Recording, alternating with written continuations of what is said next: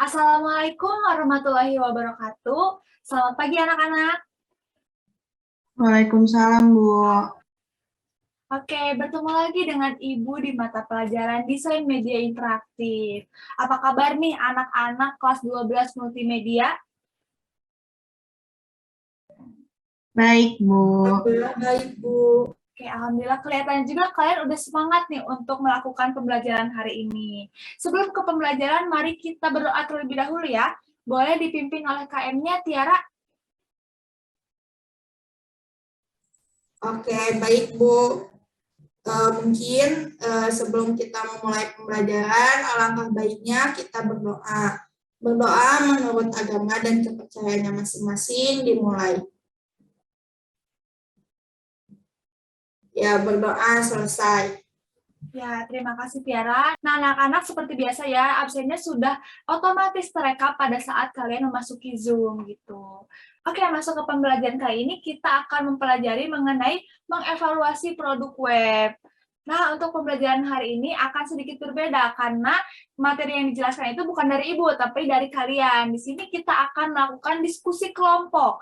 Nah, sebelumnya untuk kelompok, mau Ibu kocok atau kalian yang bentuk sendiri? Boleh sama Ibu. Oke, sama Ibu ya, sesuai kesepakatan kelas. Oke, di sini Ibu akan membagi ke dalam dua kelompok. Yang pertama ini di kelompok A ada Tiara, Audrina, dan juga Putri. Dan di kelompok B ada Aska, Dara, dan juga Farhan. Oke, ingat-ingat ya kelompoknya anak-anak. Nah, kita akan mempelajari mengenai mengevaluasi produk web. Kalian di sini harus mendiskusikan bersama kelompok kalian. Apa sih yang harus didiskusikan? Oke, kita next dulu ya. Nah, di sini pembagian diskusinya, kelompok A ini mendiskusikan mengenai parameter sebuah web dan juga kelompok B mendiskusikan mengenai evaluasi website.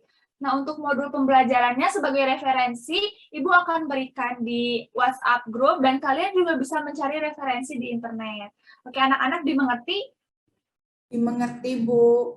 Oke, sebelum diskusi nih, apakah ada yang ingin ditanyakan terlebih dahulu? Bu, untuk teknik presentasinya gimana? Oke, untuk presentasinya ya. Nah, anak-anak, untuk diskusi kali ini, kita akan menggunakan Figma. Nanti di dalam Figma itu, kalian akan menuliskan hasil diskusi bersama kelompok. Setelah itu, kalian akan mempresentasikannya. Untuk mempresentasikannya, itu cukup untuk satu orang perwakilan dari setiap kelompoknya. Nanti kalian bisa share screen hasil diskusi kalian, seperti itu. Bagaimana, dimengerti? Mengerti, Bu. Mengerti, Bu. Oke. Langsung aja ya Ibu kasih link Figma-nya dulu sebentar ya. Nah, coba kalian bisa masuk gak ke Figma-nya? Udah bisa ngedit belum? Belum, Bu. Harus login dulu. Boleh dicoba masuk dulu ya ke Figma-nya anak-anak. Nah, Ibu lihat di sini udah pada masuk ke Figma-nya. Boleh kalian diskusikan bersama teman kelompok mengenai pembagian materi yang tadi sudah Ibu bagikan. Oke? Di sini Ibu akan memberikan waktu 15 menit nih untuk diskusi. Apakah cukup? Cukup, Bu. Oke, cukup ya. Oke, anak-anak boleh nih mulai diskusi bersama teman kelompoknya ya. Nah, sepertinya Ibu lihat nih udah pada selesai diskusinya. Boleh dong anak-anak sekarang kita mulai presentasi nih di depan kelas. Mau dari kelompok A atau kelompok B dulu nih? Boleh mungkin, Bu, dari kelompok A dulu. Nah, kayaknya kelompok A udah siap nih, udah mengajukan diri. Boleh di-share screen dan dipresentasikan ke depan teman-temannya.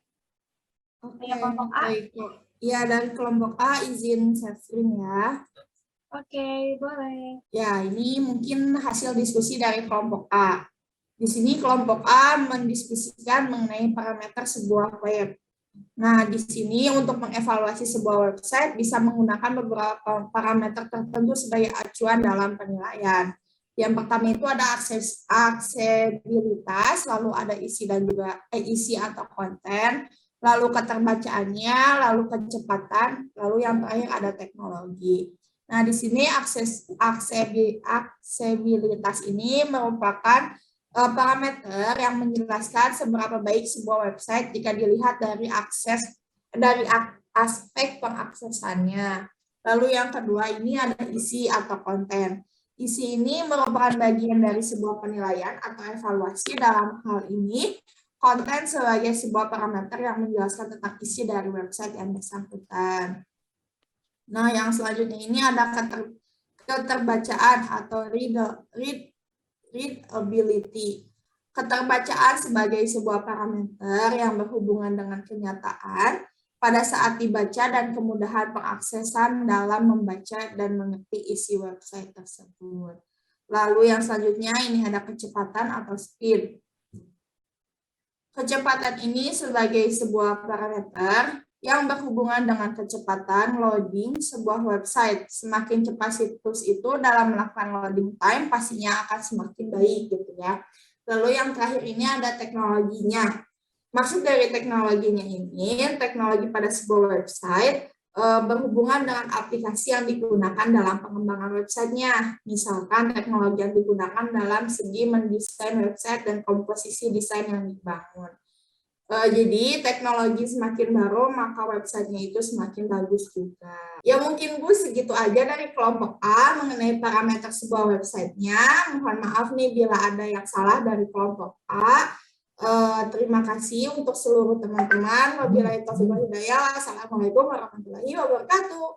Waalaikumsalam. Wah, ini hasil diskusi dari kelompok A benar-benar lengkap ya anak-anak. Nah, pasti kalian juga pada ngerti kan apa yang dijelaskan dari kelompok A. Sebelum kita ke kelompok B nih, boleh kita kasih tepuk tangan untuk kelompok A ya. Hebat sekali. Oke, kita lanjut ke kelompok B nih. Kita lihat hasil diskusi dari kelompok B. Boleh kelompok B silahkan perwakilannya. Oke, Bu, aku share screen ya. Oke. Ada ya, Bu? Sudah ada. Boleh langsung dipresentasikan saja kelompok B. Nah, untuk hasil presentasi diskusi tadi, kami kelompok B itu kan mengenai evaluasi website ya, Bu. Jadi hasilnya itu pada saat ini seseorang itu dapat melakukan pengevaluasian itu terhadap website menggunakan tools-tools online, Bu, untuk sebuah website. Misalnya aja ada site score atau PageRank. Nah, seorang desainer multimedia itu harus bisa memahami bahwa evaluasi seseorang terhadap tampilan desain website itu tuh dipengaruhi reaksi afektif seperti self-congruity dan flow. Untuk self-congruity ini mengacu pada koreksi antara kepribadian seorang dengan hal apapun yang dirasakan terhadap produk, serta mampu mengubah pandangan seorang ke arah positif untuk menjadi prediktor terhadap citra suatu produk. Untuk yang kedua itu kan flow. Flow itu merupakan sensasi holistik sehingga seseorang memiliki pengalaman seolah materi terlibat dalam proyek website tersebut. Nah, sistem flow pada navigasi website ini itu tercapai apabila user memiliki kemampuan yang mahir dan keinginan yang kuat. Sekian Bu hasil dari diskusi kelompok B. Ya, terima kasih kelompok B. Sama ya seperti kelompok A tadi, kelompok B ini menyampaikan materi dengan sangat lengkap gitu. Sebelumnya kita kasih tepuk tangan juga ya anak-anak untuk kelompok B. Wah, kelihatannya di kelas 12 multimedia ini sudah siap untuk mengevaluasi sebuah produk website nih. Nah, anak-anak sudah cukup jelas ya penjelasan mengenai materi dari kelompok A dan juga kelompok B. Nah, di sini selanjutnya Ibu akan memberikan tugas. Tugasnya sudah pasti tugas kelompok. Apa sih tugasnya? Tugasnya kalian harus mencari sebuah website dan kalian harus menganalisis dan juga mengevaluasi website tersebut. Kalian bisa menggunakan parameter yang tadi sudah dijelaskan oleh kelompok A dan juga menggunakan tools online nih. Tools online-nya sudah tadi disebutkan oleh kelompok B dan kalian juga masih bisa cari tools online yang lain gitu. Sebelumnya, ada yang ingin ditanyakan terlebih dahulu? Cukup, Bu. Oke, cukup ya. Sepertinya emang kalian udah siap nih untuk menganalisis sebuah produk web. Oke, materi hari ini cukup sampai di sini. Apakah ada yang ingin memberikan kesimpulan? Coba raise hand. Ya, boleh. Aku, Bu. Ya, Audrina. gimana Audrina? Oke, sebentar, Bu. Lihat catatan dulu ya, Bu ya, karena tadi dicatat. Oke, mungkin untuk kesimpulannya sendiri ya, Bu. Kualitas sebuah website ini tergantung kepada pengujian dan pengawasan terhadap kualitas web itu sendiri. Nah, gunanya ini dapat menjadi sebuah web yang interaktif dan memiliki nilai tambah bagi pengunjung website. Terdapat beberapa evaluasi agar nantinya dalam pembuatan sebuah media interaksi berbasis web menjadi lebih sempurna. Mungkin itu saja, Bu, kesimpulan dari saya. Oke, sebelumnya kita kasih applause dulu nih buat Audrina yang sudah memberikan kesimpulan materi hari ini. Oke, cukup sekian pembelajaran hari ini. Sebelum ditutup, Ibu ingin dipimpin doanya terlebih dahulu oleh KM. Boleh, Tiara?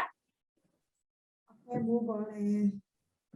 Ya, untuk pembelajaran kali ini, alhamdulillahirabbil alamin sudah selesai. Sebelum mengakhiri pembelajaran, alangkah baiknya nih kita berdoa bersama. Berdoa menurut kepercayaannya masing-masing dimulai. Alhamdulillah, berdoa selesai. Ya, terima kasih Tiara. Nah, anak-anak jangan lupa tugasnya dikerjakan dan kalian harus mempresentasikannya di kelas minggu depan ya. Boleh untuk presentasinya diwakilkan oleh 1 orang per kelompoknya. Seperti itu. Sekian pembelajaran hari ini. Wassalamualaikum warahmatullahi wabarakatuh. Waalaikumsalam warahmatullahi wabarakatuh. Terima kasih, Bu. Ya, terima kasih juga.